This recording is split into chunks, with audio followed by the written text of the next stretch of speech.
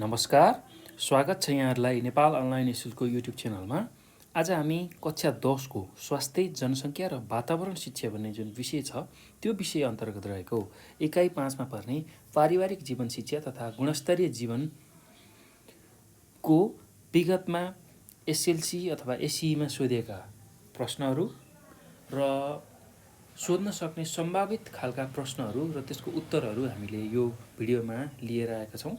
र विशेष गरेर आज हामी छोटो प्रश्न उत्तर जुन चाहिँ 4 अङ्कमा सोध्छ एसईमा त्यस्तो खालको प्रश्न उत्तर चाहिँ यो भिडियोमा लिएर आएका छौँ। र हामीले योभन्दा अघिको भिडियोमा छोटो प्रश्न उत्तरको पनि एउटा खण्ड एउटा भाग हेरिसकेका छौँ।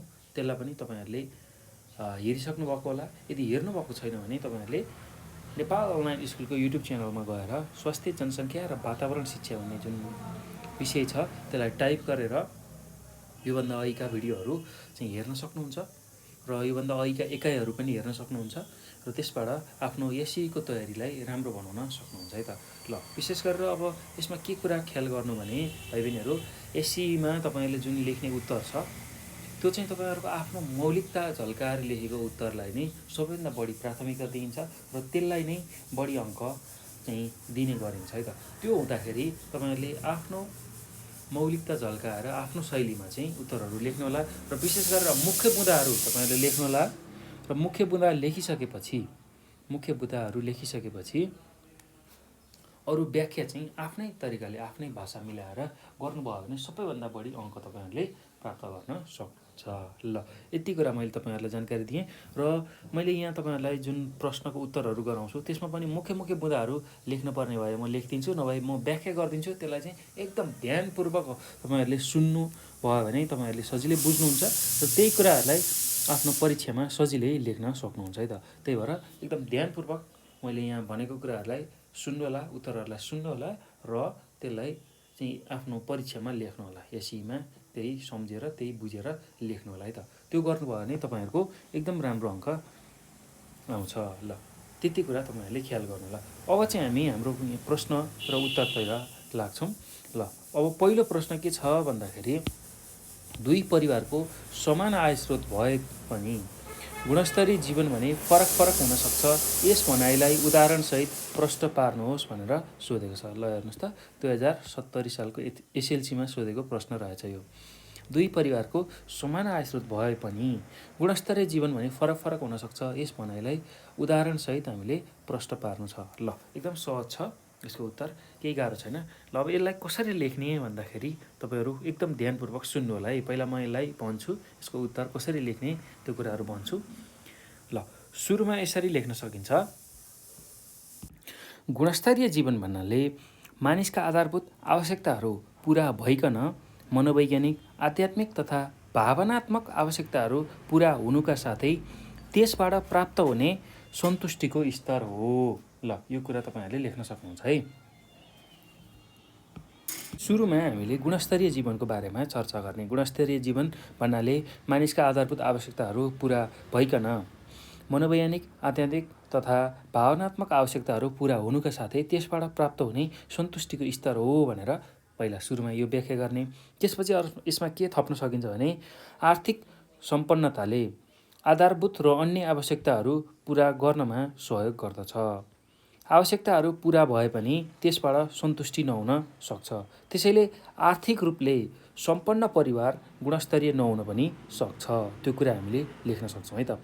आर्थिक सङ्कट नभए तापनि परिवारका सदस्यहरूमा आपसमा मनमुटाव, त्यस्तै कलह र असन्तुष्टि हुन सक्दछ, जसको कारण मनोवैज्ञानिक तथा भावनात्मक आवश्यकता पुरा हुन सक्दैनन् र परिवारमा असन्तुष्टिको स्तर बढ्दछ। एकअर्कामा सहयोग गर्ने भावना, माया, सद्भाव र प्रेम रहँदैन। त्यसैले आर्थिक सम्पन्नता मात्र गुणस्तरीय परिवारको मापन गर्ने आधार नबन्न सक्छ। यसरी आर्थिक रूपमा सम्पन्न भएको परिवारमा पनि गुणस्तरीय जीवनको अभाव हुन सक्दछ भनेर तपाईँहरूले लेख्न सक्नुहुन्छ। अब त्यस्तै अर्को कुरा के लेख्न सक्नुहुन्छ भने, आय स्रोत समान भए पनि शिक्षा, स्वास्थ्य जस्ता क्षेत्रमा व्यक्तिले गर्ने खर्च, त्यस्तै पोषणको अवस्था र स्रोतको सदुपयोगले जीवनको गुणस्तरीयलाई मापन गर्दछ। दुई परिवारले समान आय स्रोतबाट आय आर्जन गर्छ, तर एक परिवारले जुन आय आर्जन गरेको सम्पत्ति चाहिँ खर्च नगरी जम्मा गर्छ वा परिवारको स्वास्थ्य शिक्षा जस्तो पक्षमा ध्यान दिँदैन भने त्यस परिवारको जीवनयापन गुणस्तरीय हुँदैन भनेर हामीले लेख्न सक्छौँ है त। ल, हामीले पैसा त कमायौँ, तर त्यो जम्मा मात्रै गरेर जुन स्वास्थ्य शिक्षाको पक्षमा हामीले ध्यान पुर्याएनौँ भने पनि त्यो जीवनयापन गुणस्तरीय हुँदैन भनेर हामीले लेख्न सक्छौँ है त। एकदम सहज छ यसको उत्तर। ल, यसलाई आफै लेख्नु होला है। म यसलाई फेरि एकपटक दोहोऱ्याइदिन्छु। यसलाई आफै लेख्नु होला, एकदम सहज छ, एकचोटि सुनेपछि नै लेख्न सक्ने खालको छ। ल, अब सुरुमा त गुणस्तरीय जीवनको बारेमा हामीले चर्चा गर्छौँ। गुणस्तरीय जीवन भन्नाले मानिसका आधारभूत आवश्यकताहरू पुरा भइकन मनोवैज्ञानिक, आध्यात्मिक तथा भावनात्मक आवश्यकताहरू पुरा हुनुका साथै त्यसबाट प्राप्त हुने सन्तुष्टिको स्तर हो। आर्थिक सम्पन्नताले आधारभूत र अन्य आवश्यकताहरू पुरा गर्नमा सहयोग गर्दछ। आवश्यकताहरू पुरा भए पनि त्यसबाट सन्तुष्टि नहुन सक्छ। त्यसैले आर्थिक रूपले सम्पन्न परिवार गुणस्तरीय नहुन पनि सक्छ। आर्थिक सङ्कट नभए तापनि परिवारका सदस्यहरूको बीचमा एक आपसमा मनमुटाव, कलह, असन्तुष्टि हुन सक्छ, जसको कारण मनोवैज्ञानिक तथा भावनात्मक आवश्यकताहरू पुरा हुन सक्दैनन् र परिवारमा असन्तुष्टिको स्तर पनि बढ्दै जान्छ। एकअर्कामा सहयोग गर्ने भावना, माया, सद्भाव, प्रेम रहँदैन। त्यसैले आर्थिक सम्पन्नता मात्र गुणस्तरीय परिवारको जुन मापनको आधार छ त्यो नबन्न सक्छ। यसरी आर्थिक रूपमा सम्पन्न भएको परिवारमा पनि गुणस्तरीय जीवनको अभाव हुन सक्छ भनेर हामीले लेख्न सक्छौँ।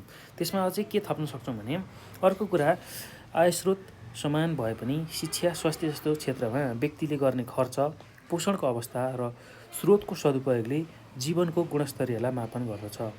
दुई परिवारले समान आय स्रोतबाट आर्जन गर्छ, तर एक परिवार आर्जन गरेको सम्पत्ति खर्च नगरी जम्मा गरिरहन्छ अथवा परिवारको जुन स्वास्थ्य शिक्षा जस्तो पक्षमा ध्यान दिँदैन भने त्यस परिवारको जीवनयापन गुणस्तरीय हुँदैन भनेर हामीले लेख्न सक्छौँ है त। ल, यति कुरा तपाईँहरूले यसमा लेख्नु होला। ल, अब अर्को प्रश्नमा जाउँ। अर्को प्रश्न पनि सजिलो छ, यसलाई पनि म व्याख्या गर्दै जान्छु। तपाईँहरूले यसलाई सुन्नु होला, ध्यानपूर्वक सुन्नु होला र यसलाई आफ्नो परीक्षामा लेख्न सक्नुहुन्छ है त। ल, अब अर्को प्रश्नमा के छ भने न्यून गुणस्तरीय जीवन भएको परिवारमा मातृ शिशु मृत्यु दर उच्च हुन्छ, यस भनाइलाई प्रश्न पार्नुहोस्। ल, हेर्नुहोस् त, न्यून गुणस्तरीय जीवन भएको परिवारमा मातृ शिशु मृत्यु दर उच्च हुन्छ, यस भनाइलाई पुष्टि गर्नुहोस् भनेर भनेको छ। ल, यो पनि एसएलसी 2072 सालमा सोधेको प्रश्न हो। यसको उत्तर हामीले के लेख्न सक्छौँ भने अब सुरुमा मातृ शिशु मृत्युको कारण हामीले लेख्नुपर्ने हुन्छ। मातृ शिशु मृत्युको कारण स्वास्थ्य र पोषण हुन्। न्यून गुणस्तरीय जीवनमा यी सुविधाहरू पुर्याउन गाह्रो हुन्छ। परिवारको गुणस्तर न्यून भएमा परिवारका सदस्यले खानपान र अन्य सुविधा प्राप्त गर्न सक्दैनन्। पोषणको अभावका कारण यस्ता परिवारमा शिशु तथा मातृ मृत्यु दर उच्च हुन्छ।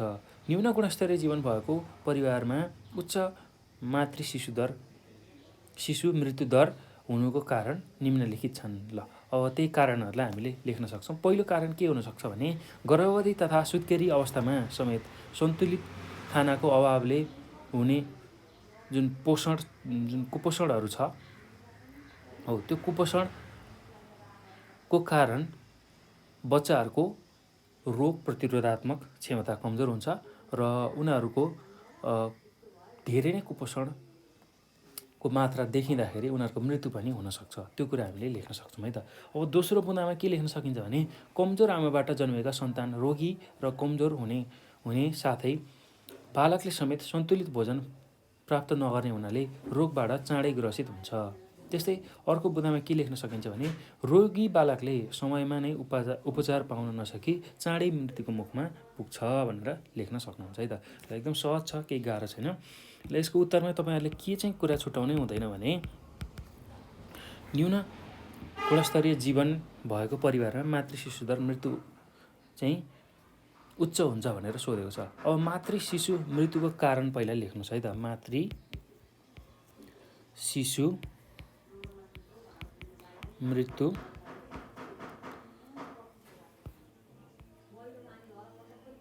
को कारण। कारण भनेको के हुनसक्छ भन्दाखेरि स्वास्थ्य र पोषण नै हो। स्वास्थ्य र पोषण नै हो। ल यो कुरा हामीले बुझ्नुपर्छ। अब न्यून गुणस्तरीय जीवनमा यी सुविधाहरू पुर्याउन गाह्रो हुन्छ। ल स्वास्थ्य र पोषण न्यून गुणस्तरीय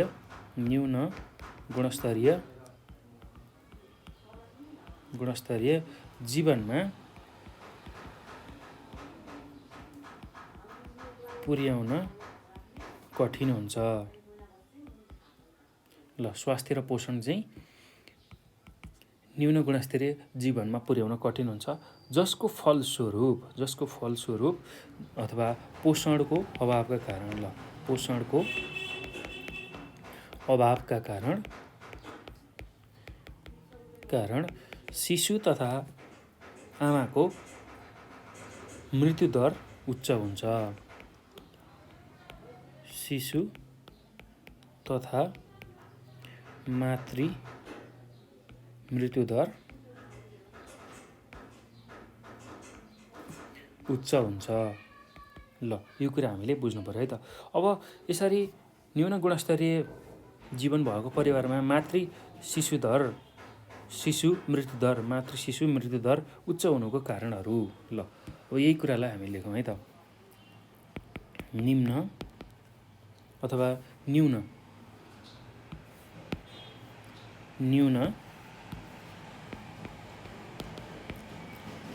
गुणस्तरीय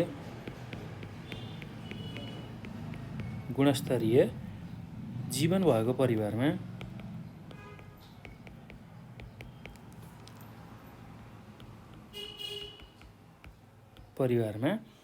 मातृ शिशु मृत्युदर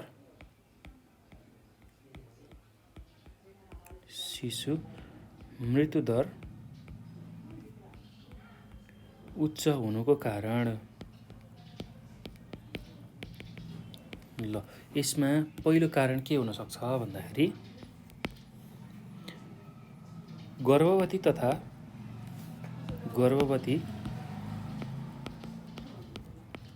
तथा सुत्केरी अवस्थामा समेत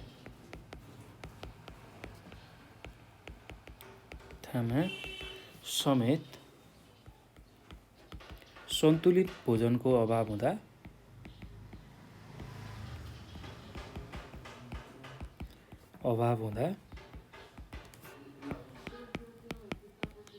आमा र बच्चामा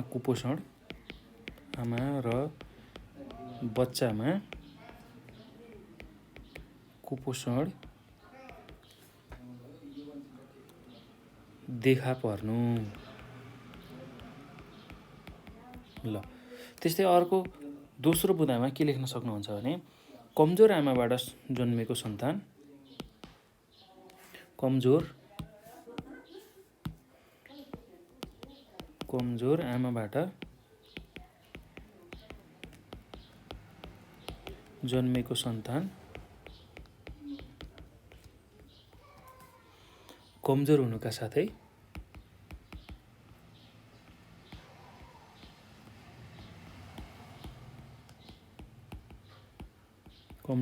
साथै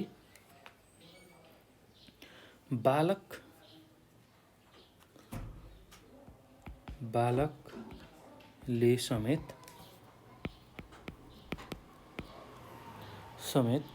सन्तुलित भोजन प्राप्त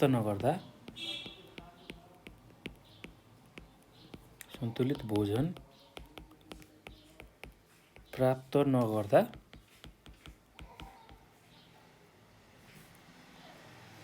रोगबाट चाँडै ग्रसित हुने।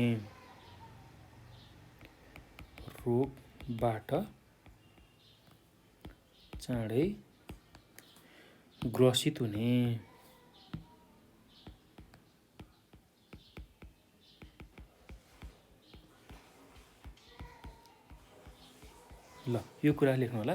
र अर्को बुँदामा के लेख्न सक्नुहुन्छ भने रोगी बालकले समयमा नै उपचार पाउन नसकी चाँडै मृत्युको मुखमा पुग्ने। रोगी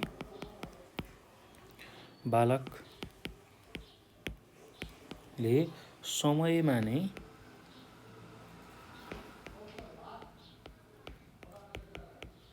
समयमा नै उपचार पाउन नसकी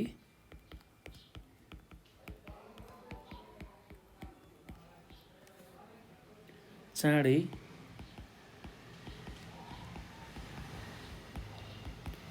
मृत्युको मुखमा पर्दछ। ल यति कुरा तपाईँहरूले लेख्न सक्नुहुन्छ है त। अब यो पछि हामी अर्को प्रश्नमा जाउँ। अर्को प्रश्न के छ भन्दाखेरि जीवनको गुणस्तरमा वृद्धि गर्न सरसफाइ किन आवश्यक छ व्याख्या गर्नुहोस् भनेर सोधेको छ। ल यो पनि एसएलसीको 2070 सालमा सोधेको प्रश्न हो है त। जीवनको गुणस्तरमा वृद्धि गर्न सरसफाइ किन आवश्यक छ हामीले व्याख्या गर्नुपर्ने छ। ल यसको पनि उत्तर म तपाईँहरूलाई भनिदिन्छु र त्यो उत्तर तपाईँहरूले सुन्नु होला है, एकदम सुन्नु होला र सकेसम्म आफ्नो कपीमा टिप्नु होला। यसको मुख्य मुख्य बुदाहरू टिप्नु होला र म मुख्य मुख्य बुदाहरू टिप्नु परेमा भनेर तपाईँहरूलाई टिपाइदिन्छु। यसको चाहिँ मैले अहिले व्याख्या मात्रै गरिदिन्छु है त। एकदम सहज छ, केही गाह्रो छैन। तपाईँहरूले आफै पनि लेख्न सक्नुहुन्छ। तैपनि म यसलाई अझ सहज हुने तरिकाले व्याख्या गरिदिन्छु। त्यसलाई चाहिँ ध्यानपूर्वक तपाईँहरूले सुन्नु होला है त। ल सरसफाइ जीवनलाई गुणस्तरीय बनाउने एक प्रमुख उपाय हो। परिवारमा शिशु र अन्य सदस्यको स्वास्थ्य राम्रो राख्न सरसफाइमा हामीले विशेष ध्यान पुर्याउनुपर्छ। मानिसले व्यक्तिगत र सामूहिक सरसफाइ गर्नुपर्छ। शरीरका अङ्गहरूलाई सरसफाइ, नियमित नुहाइ-धुवाइ, लुगा कपडा आदि धुने कुराहरू व्यक्तिगत सफाइमा पर्छन् र त्यो गर्दाखेरि व्यक्तिलाई र उसको सरसफाइ जुन गर्ने शैली छ त्यसमा पनि राम्रो अथवा सुधार आउँछ, त्यो सुधारपना हुन्छ। त्यो कुरा हामीले लेख्न सक्छौँ। अब यस्तै आफ्नो घर आँगन चोक बाटो र सार्वजनिक स्थलहरू सफा राख्न सकेमा घर परिवारका अगाडिको जुन वातावरण छ त्यो पनि सफा र स्वच्छ हुन्छ। त्यसै गरी स्वच्छ र सफा त्यस्तै हराभरा वातावरणले परिवारका सदस्यको स्वास्थ्य राम्रो हुन्छ। यसरी नै शौचालय र ढल निकासको राम्रो व्यवस्था भएमा, फोहोर मैलाको उचित व्यवस्थापन भएमा र घरभित्रको सरसफाइले व्यक्तिको स्वास्थ्य तथा जीवनयापनका ढङ्गले अनुकूल प्रभाव पारेको हुन्छ। यसबाट जीवनको गुणस्तरमा वृद्धि हुन सक्ने भएकाले सरसफाइलाई गुणस्तरीय जीवनको कारक मानिन्छ भनेर तपाईँहरूले लेख्न सक्नुहुन्छ है त। ल यही उत्तरलाई म एकचोटि फेरि दोहोऱ्याउँछु। सरसफाइलाई चाहिँ जीवनको गुणस्तर बढाउनमा सहयोग गर्ने एउटा मुख्य उपायको रूपमा लिइन्छ। सरसफाइलाई जीवनको गुणस्तरीयता बढाउने एक मुख्य उपायको रूपमा लिइन्छ। परिवारमा शिशु र अन्य सदस्यको स्वास्थ्य राम्रो राख्नको लागि सरसफाइमा विशेष ध्यान पुर्याउनुपर्छ। मानिसले व्यक्तिगत र सामूहिक सरसफाइ गर्नुपर्ने हुन्छ। शरीरका अङ्गहरूको सरसफाइ, नियमित नुहाइ-धुवाइ, लुगा कपडाको धुवाइ आदिले व्यक्तिगत सरसफाइमा सहयोग पुग्न जान्छ। यस्तै आफ्नो घर आँगन चोक बाटो र सार्वजनिक स्थलहरू सफा राख्न सकेमा घर वरिपरिको वातावरण पनि सफा हुन्छ। त्यस्तै स्वच्छ सफा र हराभरा वातावरणले परिवारका सदस्यहरूको स्वास्थ्य स्थिति राम्रो राख्न सहयोग पुर्याउँछ। यसरी नै शौचालय र ढल निकासको राम्रो व्यवस्था भएमा, त्यस्तै फोहोर मैलाको उचित व्यवस्थापन गर्न सकेमा र घरभित्रको सरसफाइले चाहिँ व्यक्तिको जुन स्वास्थ्य तथा जीवनयापनको ढङ्ग छ त्यसलाई चाहिँ राम्रो बनाउँछ। त्यो कुरा हामीले बुझ्नु पर्यो है त। अब यसबाट अर्को के कुरा फाइदा हुन्छ भने सरसफाइबाट जीवनको गुणस्तर वृद्धि हुन सक्ने भएकाले सरसफाइलाई गुणस्तरीय जीवनको कारक पनि मानिन्छ भनेर तपाईँहरूले लेख्न सक्नुहुन्छ है त। ल एकदम सहज छ, केही गाह्रो छैन। ल अब यति कुरा तपाईँहरूले आफै लेख्नु होला। यसलाई मैले व्याख्या मात्रै गरिदिएँ। ल अब अर्को प्रश्नमा जाउँ। गुणस्तरीय जीवनको महत्त्वलाई पुष्टि पार्ने बुँदाहरू उल्लेख गर्नुहोस् भनेर भनेको छ। ल गुणस्तरीय जीवनको महत्त्वलाई पुष्टि गर्न निम्नअनुसार बुँदाहरू हामीले लेख्न सक्छौँ। पहिलो बुँदामा के लेख्न सकिन्छ भने गुणस्तरीय जीवनबाट आधारभूत आवश्यकताको पूर्ति हुन्छ। त्यस्तै गुणस्तरीय जीवनबाट स्तरीय शिक्षा प्राप्त हुन्छ भनेर अर्को बुँदामा लेख्न सक्नुहुन्छ। त्यस्तै अर्को बुँदामा गुणस्तरीय जीवनबाट स्थानीय सेवा सुविधा तथा सरसफाइको व्यवस्था गर्न सहज हुन्छ, त्यो पनि लेख्न सक्नुहुन्छ है त। त्यस्तै गरी अर्को बुँदामा के लेख्न सक्नुहुन्छ भने गुणस्तरीय जीवनबाट मातृ शिशु कल्याणको सुविधा प्राप्त हुन्छ। त्यस्तै गुणस्तरीय जीवनबाट व्यवसायमूलक कार्य र रोजगारीका अवसरहरू प्राप्त हुन्छन्। त्यस्तै अर्को के लेख्न सकिन्छ भने गुणस्तरीय जीवनबाट महिला सशक्तिकरणका लागि सहजीकरण हुन्छ भनेर लेख्न सक्नुहुन्छ है त। ल यही चिजलाई त हामी उत्तरको रूपमा लेखौँ है त। एकदम सहज छ, केही गाह्रो छैन। ल गुणस्तरीय जीवनको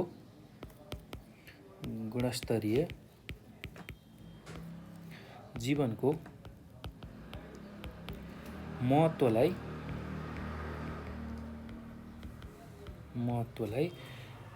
निम्नानुसार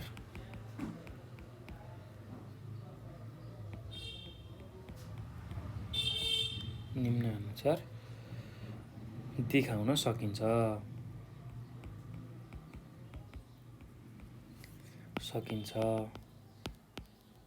ल अब त्यही कुरालाई लेख्दै जाउँ। ल गुणस्तरीय जीवनबाट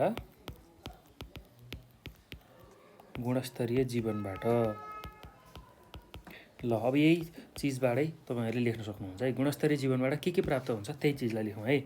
आधारभूत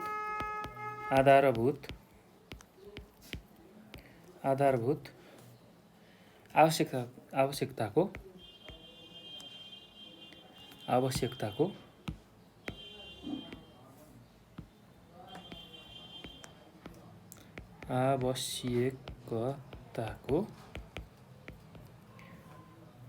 परिपूर्ति हुन्छ।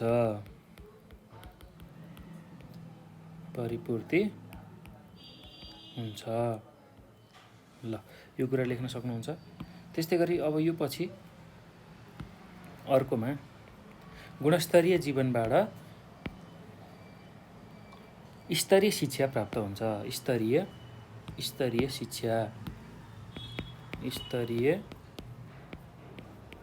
शिक्षा प्राप्त हुन्छ। ल त्यस्तै अर्को बुँदामा के लेख्न सक्नुहुन्छ भने गुणस्तरीय जीवनबाट स्वास्थ्य सेवा सुविधा तथा सरसफाइको व्यवस्था गर्न सहज हुन्छ। स्वास्थ्य सेवा सुविधा तथा सरसफाइको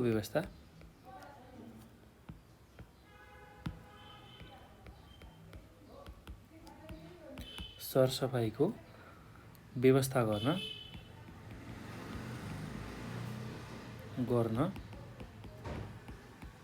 सहज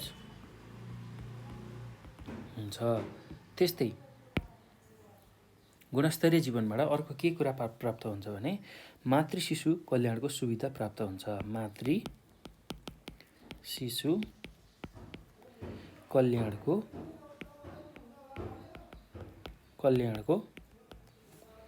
सुविधा प्राप्त हुन्छ।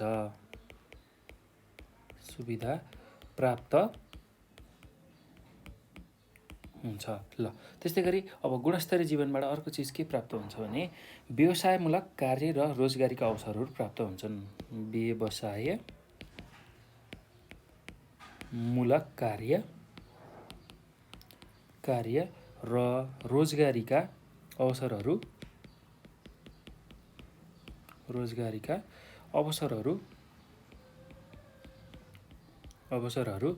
प्राप्त हुन्छन्।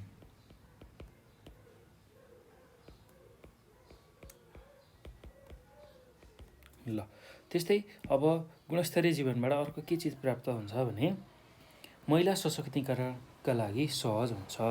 ल महिला सशक्तिकरणका लागि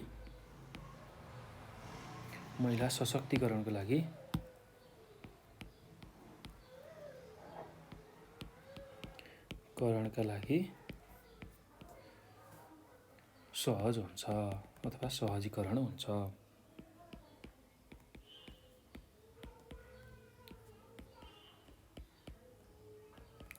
ल यति कुरा लेख्न सक्नुहुन्छ है त। अब यो पछि हामी अर्को प्रश्नमा जाउँ। अर्को प्रश्नमा के छ भन्दाखेरि जीवनलाई गुणस्तरीय बनाउन के कस्ता उपायहरू अपनाउन सकिन्छ? कुनै 4वटा उपायहरू बुँदागत रूपमा लेख्नुहोस् भनेको छ। ल हेर्नुहोस् त, हाम्रो जीवनलाई गुणस्तरीय बनाउन के गर्न सकिन्छ, कस्ता उपाय अपनाउन सकिन्छ, त्यही कुरा सोधेको छ। ल 4वटा बुँदा लेख्न सकिन्छ। अब पहिला त के काम गर्न सकिन्छ भने परिवारको आकार सानो बनाउनु पर्छ, जसले गर्दा परिवारका सबै सदस्यहरूलाई खाद्यान्न, लत्ता कपडा, आवास, मनोरञ्जन, शिक्षा, सुरक्षा आदि सजिलै प्राप्त गर्न सघाउँछ अथवा सहयोग गर्छ। त्यस्तै परिवारको आय स्रोत बढाउन आम्दानीका वैकल्पिक स्रोतहरूको खोजी गरी त्यसतर्फ क्रियाशील हुने प्रयास गर्नुपर्छ र आम्दानीका केही अंश बचत गर्ने बानी बसाल्नुपर्छ। त्यस्तै अर्को के गर्न सकिन्छ भने घर, बसोबास क्षेत्र तथा व्यक्तिगत सरसफाइमा ध्यान दिई स्वस्थ रहने प्रयास गर्नुपर्छ। त्यसै गरी परिवारका सदस्यहरूको जुन शिक्षा दीक्षा गर्ने कार्यक्रम छ हो त्यसमा पनि ध्यान पुर्याउनुपर्छ। ल त्यही कुरालाई हामी यहाँ लेख्न सक्छौँ है त। ल एकदम सजिलो छ, केही गाह्रो छैन। ल त्यही बुँदाहरूलाई लेख्दै जाउँ है त, एकदम सहज छ। ल अब गुणस्तरीय जीवन निर्माण गर्न निम्न अनुसारका उपाय अवलम्बन गर्नुपर्छ भनेर लेख्न सक्नुहुन्छ। गुणस्तरीय जीवन निर्माण गर्न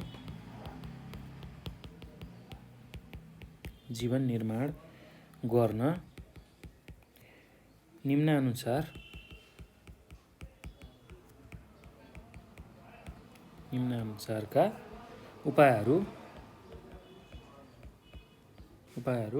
अवलम्बन गर्नुपर्दछ।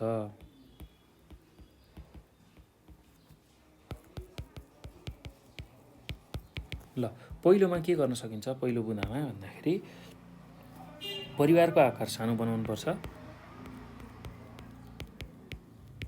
परिवारको आकार सानो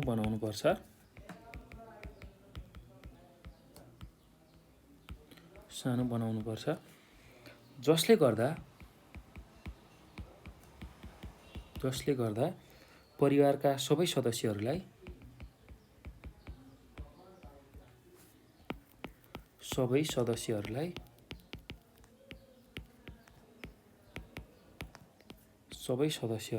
खाद्यान्न,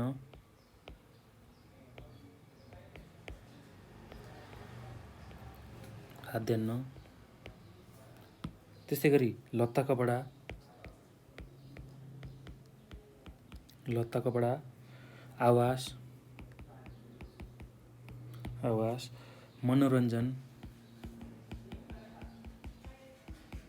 त्यस्तै गरेर शिक्षा, सुरक्षा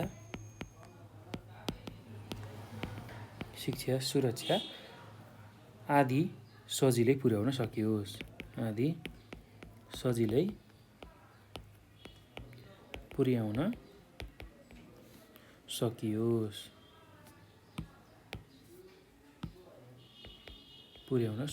ल यति काम हामीले गर्नुपर्ने रहेछ। अब अर्को के काम गर्न सकिन्छ भन्दाखेरि गुणस्तरीय जीवन निर्माण गर्न अर्को के उपाय गर्न सकिन्छ भन्दाखेरि परिवारको आय स्रोत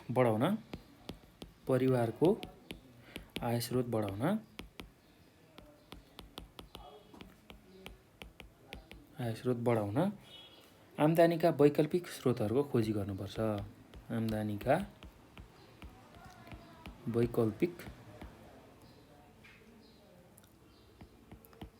स्रोतको खोजी गर्ने र त्यसतर्फ क्रियाशील हुने प्रयास गर्नुपर्छ।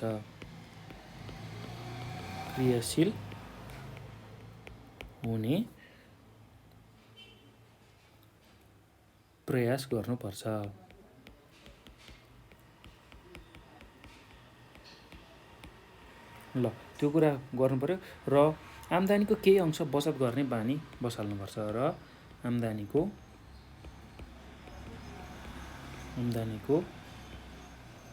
केही अंश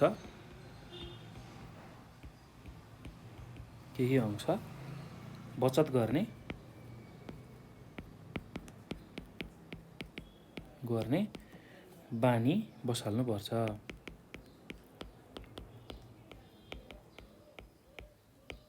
ल यति काम गर्नुपर्छ है त। त्यस्तै अब अर्को के काम गर्न सकिन्छ भन्दाखेरि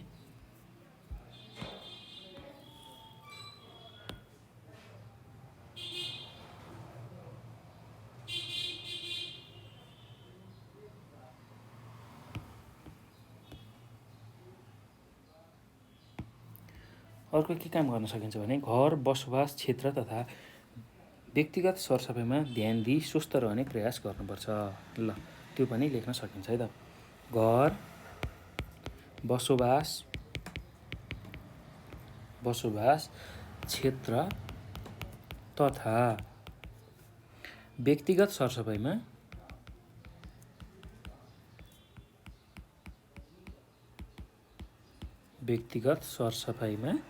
ध्यान दिई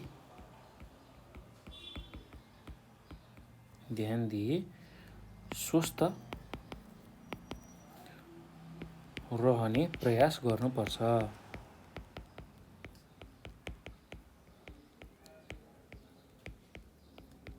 ल त्यस्तै अर्को के गर्न सकिन्छ भने परिवारका सदस्यहरूको शिक्षा दीक्षामा ध्यान पुर्याउनुपर्छ। परिवारका सदस्यहरूको शिक्षा दीक्षामा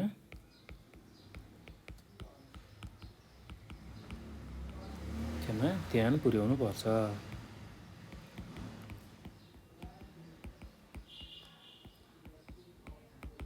ल यति काम चाहिँ गर्न सकिने रहेछ। जीवनलाई गुणस्तरीय बनाउन यस्ता खालका उपायहरू अपनाउन सकिने रहेछ।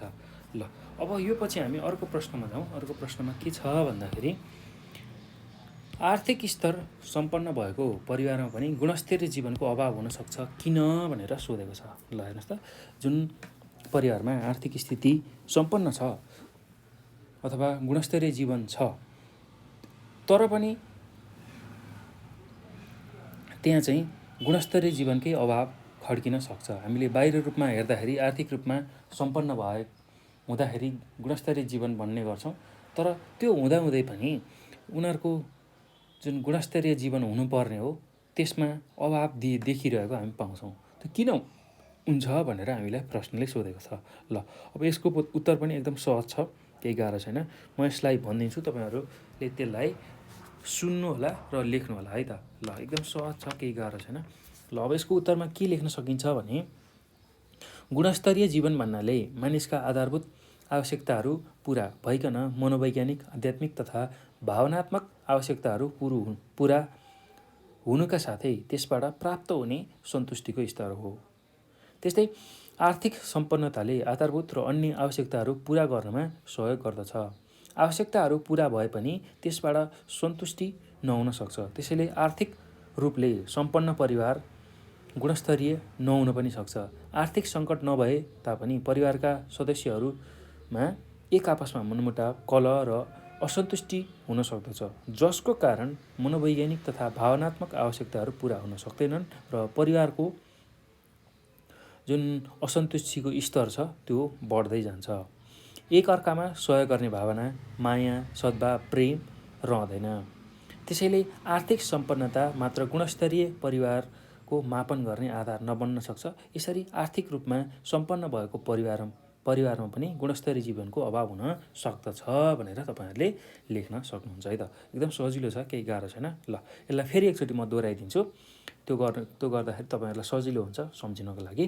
ल यसलाई कसरी लेखिने भन्दाखेरि सुरुमा त अब गुणस्तरीय जीवन भनेको के हो त्यसलाई व्याख्या गरेर त्योबाट हामीले लेख्न सुरु गर्न सक्छौँ। ल सुरुमा गुणस्तरीय जीवन भन्नाले मानिसका आधारभूत आवश्यकताहरू पुरा भइकन मनोवैज्ञानिक, आध्यात्मिक तथा भावनात्मक आवश्यकताहरू पुरा हुनुका साथै त्यसबाट प्राप्त हुने सन्तुष्टिको स्तर हो। आर्थिक सम्पन्नताले आधारभूत र अन्य आवश्यकताहरू पुरा गर्नमा सहयोग गर्दछ। आवश्यकताहरू पुरा भए पनि त्यसबाट सन्तुष्टि नहुन सक्छ। त्यसैले आर्थिक रूपले सम्पन्न परिवार गुणस्तरीय नहुन पनि सक्छ। आर्थिक सङ्कट नभए तापनि परिवारका सदस्यहरूमा मनमुटाव हुने, एकअर्कामा कलह हुने, असन्तुष्टि हुन सक्छ, जसको कारण मनोवैज्ञानिक र भावनात्मक जुन आवश्यकताहरू त्यो पुरा हुन सक्दैनन् र परिवारमा असन्तुष्टिको स्तर बढ्दछ।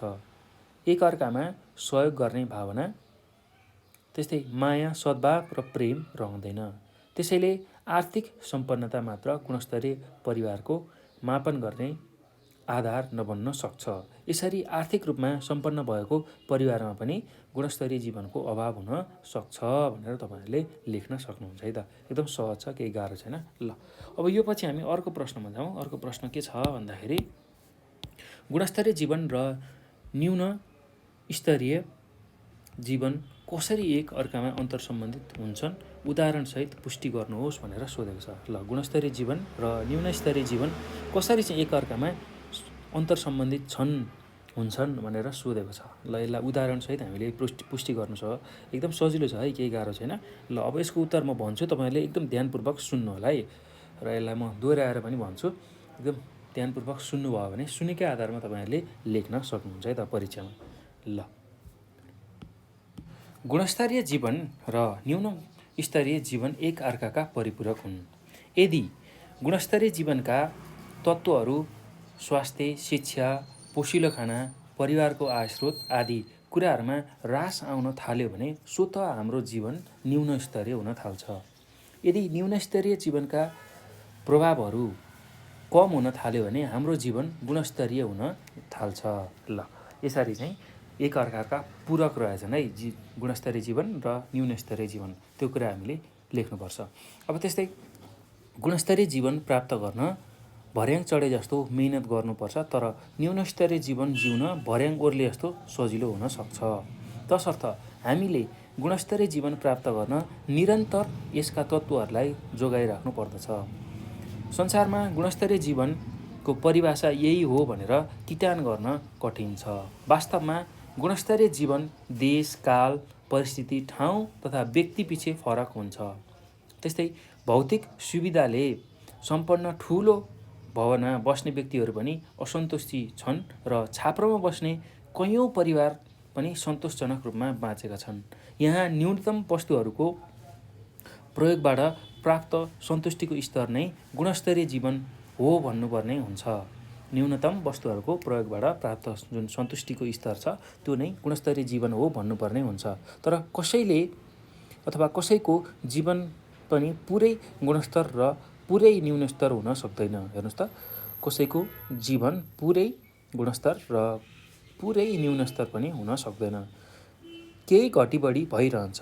यदि गुणस्तरीय जीवन 80% प्राप्त भएको छ भने उसमा 20% न्यून स्तरीय जीवन अझ छ भन्न सकिन्छ। यदि न्यून स्तरीय जीवन 80% छ भने उसमा पनि 20% गुणस्तर रहेको हुन्छ भनेर भन्न सकिन्छ। हो, यसरी गुणस्तरीय जीवन र न्यून स्तरीय जीवनबीच एकदमै गहिरो सम्बन्ध रहेको हुन्छ भनेर तपाईँहरूले लेख्न सक्नुहुन्छ है त। एकदम सहज छ, केही गाह्रो छैन। ल अब यही कुरालाई म फेरि पटक दोहोऱ्याउँछु, तपाईँलाई सम्झिन सजिलो होस्, बुझ्न सजिलो होस्, याद गर्न सजिलो होस् भन्नको लागि है त। अब सुरुमा हामीले के लेख्नु पर्यो भन्दाखेरि गुणस्तरीय जीवन र न्यून स्तरीय जीवन एक अर्काका परिपूरक हुन् भनेर लेख्नु पर्यो। अब त्यसलाई कसरी पुष्टि गर्ने भन्दाखेरि यदि गुणस्तरीय जीवनका जुन तत्त्वहरू छ स्वास्थ्य, शिक्षा, पोषिलो खाना, परिवारको आयस्रोत आदि कुराहरूमा ह्रास आउन थाल्यो भने स्वतः हाम्रो जीवन पनि न्यून स्तरीय हुन थाल्छ। गुणस्तरीय छ, त्यसकै कमी भयो भने न्यून स्तरीय हुन थाल्ने रहेछ। र यदि न्यून स्तरीय जीवनका जुन प्रभावहरू छ त्यो कम हुन थाल्यो भने हाम्रो जीवन गुणस्तरीय हुन थाल्छ। त्यो कुरा हामीले बुझ्नु पर्यो है त। अब गुणस्तरीय जीवन प्राप्त गर्न भर्याङ चढे जस्तो मेहनत गर्नुपर्छ, तर न्यून स्तरीय जीवन जिउन भर्याङ ओर्ले जस्तो सजिलो हुन सक्छ। तसर्थ हामीले गुणस्तरीय जीवन प्राप्त गर्न निरन्तर यसका तत्त्वहरूलाई जोगाइराख्नुपर्ने हुन्छ। संसारमा गुणस्तरीय जीवनको परिभाषा यही हो भनेर कसैले पनि किटान गर्न सकेको छैन र यही नै परिभाषा गुणस्तरीय जीवन हो भनेर भन्न सकेको छैन है त। त्यसैले वास्तवमा अब गुणस्तरीय जीवन देश, काल, परिस्थिति, ठाउँ तथा व्यक्तिपिछे फरक हुन सक्छ। भौतिक सुविधाले सम्पन्न ठुलो भवनमा बस्ने व्यक्तिहरू पनि असन्तुष्टि देखाउन सक्छन् अथवा असन्तोषी छन्, तर छाप्रोमा बस्ने कैयौँ परिवार पनि सन्तोषजनक रूपमा बाँचेका छन्। यहाँ न्यूनतम वस्तुहरूको प्रयोगबाट प्राप्त सन्तुष्टिको जुन स्तर छ त्यो नै गुणस्तरीय जीवन हो भन्नुपर्ने हामीले हुन्छ। तर कसैको जीवन पनि पुरै गुणस्तर र पुरै न्यून स्तर हुन सक्दैन, त्यो कुरा चाहिँ याद गर्नु होला है। अब केही घटी बढी भइ नै रहेको हुन्छ। यदि गुणस्तरीय जीवन 80% प्राप्त भएको छ भने उसमा 20% न्यूनस्तरीय जीवन अझै छ भन्न सकिन्छ। यदि न्यूनस्तरीय जीवन 80% छ भने उसमा 20% गुणस्तर अझै रहेको छ भनेर हामीले भन्न सक्छौँ। यसरी गुणस्तरीय जीवन र न्यूनस्तरीय जीवनबीच एकदम गहिरो सम्बन्ध रहेको छ भनेर तपाईँहरूले लेख्न सक्नुहुन्छ है त। ल अब यो पछि हामी अर्को प्रश्नमा जाउँ। अर्को प्रश्नमा के छ भन्दाखेरि भौतिक जीवनस्तरका सूचकाङ्क भनेको के हो, यसलाई मापन गर्ने आधारहरू के हुन् भनेर सोधेको छ। ल एकदम सहज छ, केही गाह्रो छैन। र भौतिक जीवनस्तरका सूचकाङ्क भनेको अब त्यसको परिभाषा हामीलाई सोधेको छ। ल त्यसलाई पहिला व्याख्या गरौँ र त्यसलाई मापन गर्ने आधारहरू के हुन् त्यही कुरालाई हामी बुझौँ है त। अब भौतिक जीवनस्तरका सूचकाङ्क भनेको जीवनयापनको बाहिरी पक्ष हो। यसमा प्रति व्यक्ति आयलाई मात्र गुणस्तरीय सूचक नमानी राष्ट्रले जनताका लागि पुर्याएका सामाजिक सेवा र सुविधासँगको सम्बन्धलाई पनि जीवनयापनका आधारको रूपमा मानिन्छ। त्यसैले यस देशमा रहेका स्वास्थ्य तथा शैक्षिक स्तरको परीक्षण पनि हो भनेर हामीले भन्न सक्छौँ है त। अब यो भौतिक जीवनस्तरलाई मापन गर्ने आधार भनेको के हुनसक्छ भन्दाखेरि 5 वर्ष मुनिका बालबालिकाको मृत्यु पहिलो, त्यस्तै गरी दोस्रोमा जन्मदा अपेक्षित औषध आयु, त्यस्तै अर्कोमा साक्षरता हो। यही कुरालाई हामीले लेख्न सक्छौँ है त। अब यसमा अर्को कुरा के थप्न सकिन्छ भने यस सूचकबाट गुणस्तरीय जीवनको मापन 0 देखि 100 सम्मको अङ्कलाई आधार मानी बढी अङ्क प्राप्त गर्ने देशलाई उच्च स्तरको गुणस्तरीय जीवन भएको मानिन्छ। हाल यसलाई मानव विकास सूचकाङ्कद्वारा हेरिन्छ। मानव विकास सूचकाङ्कमा जन्मिँदा अपेक्षित सरदर आयु, शिक्षा, आय आर्जन आदिलाई लिइन्छ भनेर तपाईँहरूले लेख्न सक्नुहुन्छ है त। ल एकदम सजिलो छ, केही गाह्रो छैन। अब सुरुमा यसको व्याख्या गरौँ, व्याख्यालाई लेखौँ। ल एकदम सजिलो छ, केही गाह्रो छैन। ल अब भौतिक जीवनस्तरका सूचकाङ्क। ल भौतिक जीवनस्तरका सूचकाङ्क।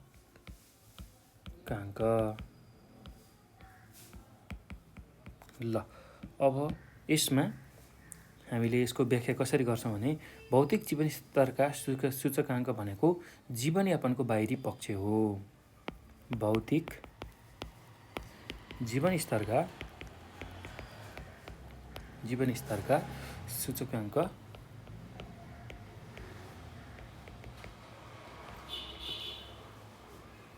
भनेको जीवनयापनको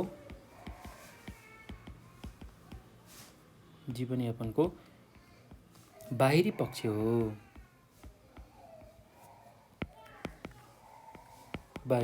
हो। यसमा प्रति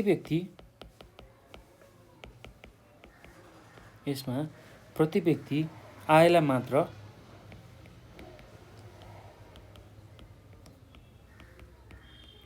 मात्र गुणस्तरीय सूचक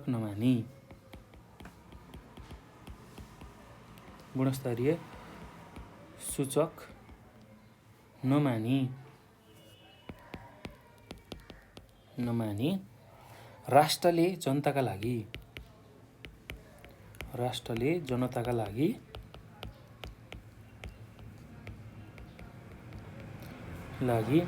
पुर्याएका सामाजिक सेवा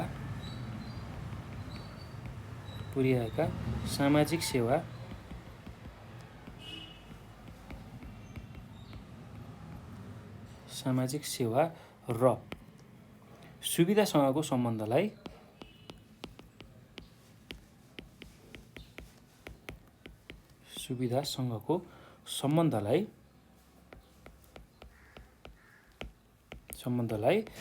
पनि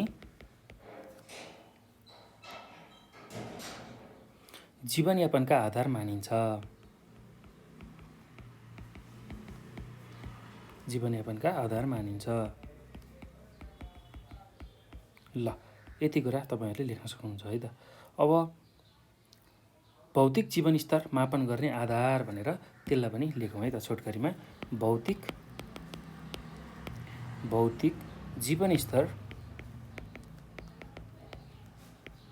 जीवनस्तर मापन गर्ने आधार।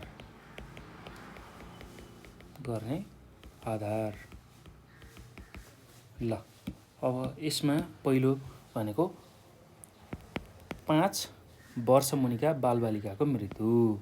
5 वर्ष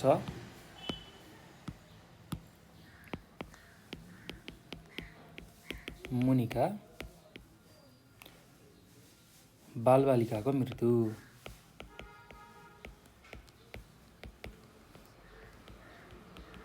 ल त्यस्तै अर्को छ जन्मदा अपेक्षित औसत आयु। जन्मदा अपेक्षित औसत आयु।